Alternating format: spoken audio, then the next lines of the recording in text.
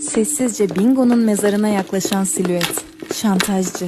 Eğildi, elleriyle toprağın üstünü yokladı. Doğru yer mi? Onu kontrol ediyordu. Sonra kazmaya başladı, ellerini kullanarak. Hiç tereddüt etmeden. O sırada kapüşonu hafifçe geriye düştü ve